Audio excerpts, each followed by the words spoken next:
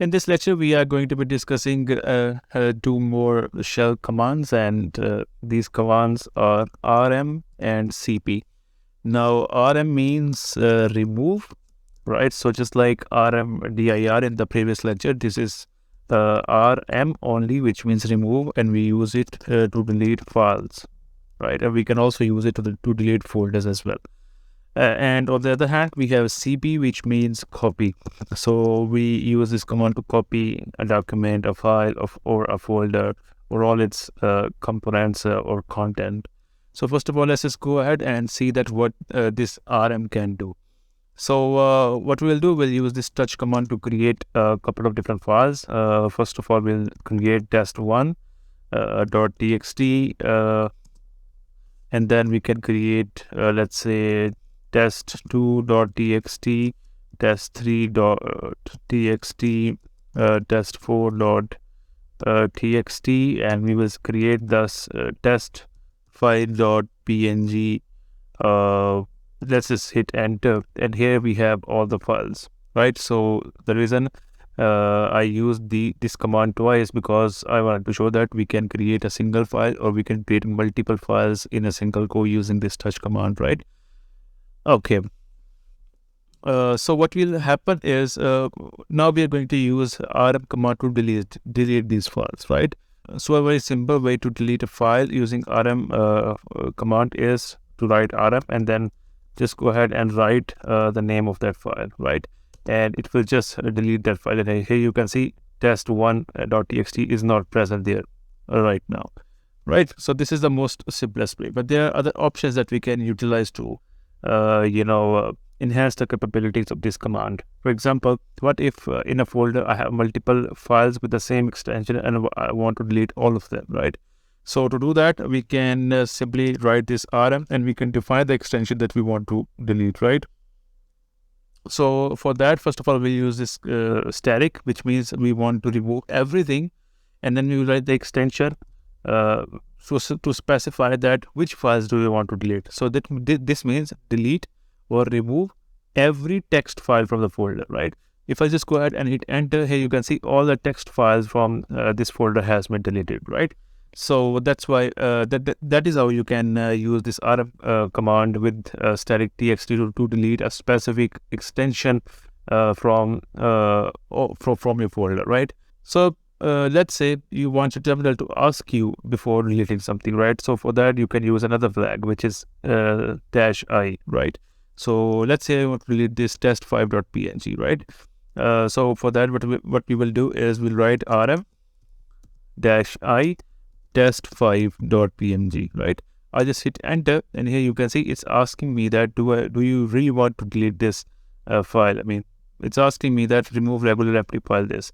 So all you have to do is write y here and then hit enter, and it will just delete it, right? So this is the interactive way to remove a file from your folder or from your any path in the system using this flag. Okay, so what if we have folders in which we have another folder, right? We have folder and then we have subfolders, right? And besides the subfolder, we have multiple files in the parent folder as well.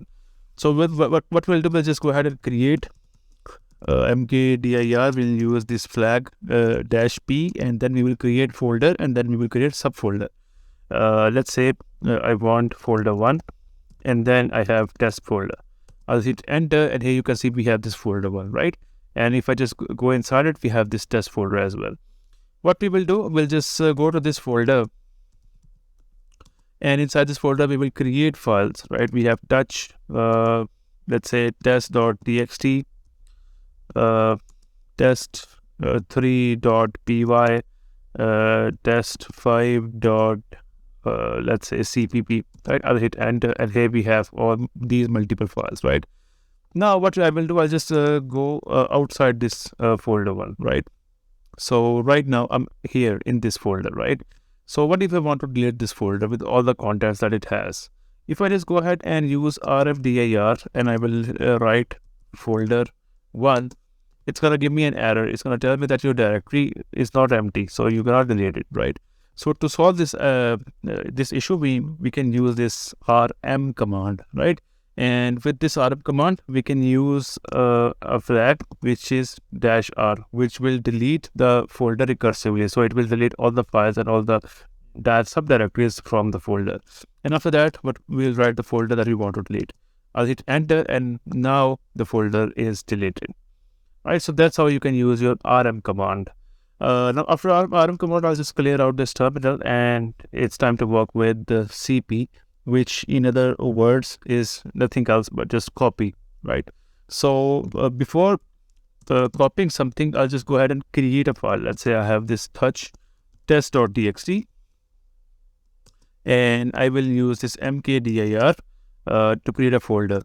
I will use this flag folder 1, and inside the folder 1, I will create a folder of /test. Okay, so now we have this folder. Inside the folder, we have this test, and in the files folder, we have this test.txt file that we just created. Okay, so what if I want to copy this this file inside this inside this folder 1 or inside this test folder, right? So let's just copy your file, your test.txt file from this files folder to this test folder. So to do that, all you have to do is just write copy, and then you will write the name of your file which you want to copy, which in this case is test.txt, and then you will write the path where you want to copy this, right? So in that case, you will write home marshmallow, then we have desktop, then we have files, and then we have folder 1, and then inside the folder 1 we have this test folder, right? So I'll just hit enter, and here you can see your test.txt file is inside your test folder, right? So I'll just go into this files folder, and we also have this file here in this files folder as well, because we copied it, we did not move it, right?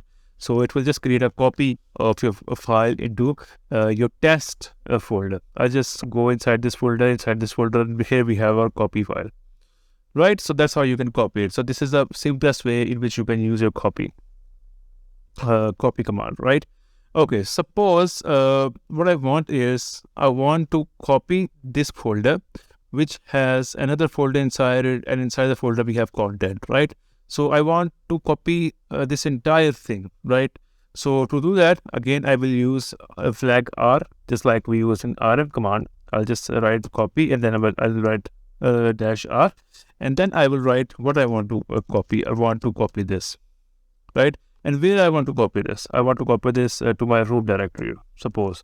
So I'll just go ahead and write the name of or the path to my root directory or home directory, right? So I just hit enter, and if I just go to my I will say home directory, and I will list all the content. So here I have this my folder 1 file, right? So if I just go to my home directory, here I have this is the folder 1, right? I'll just open it. This is my test folder, and this is my test.txt file that I just copied. Right, so that's how you can copy folders and subfolders and content inside those folders all together in one go using -r flag.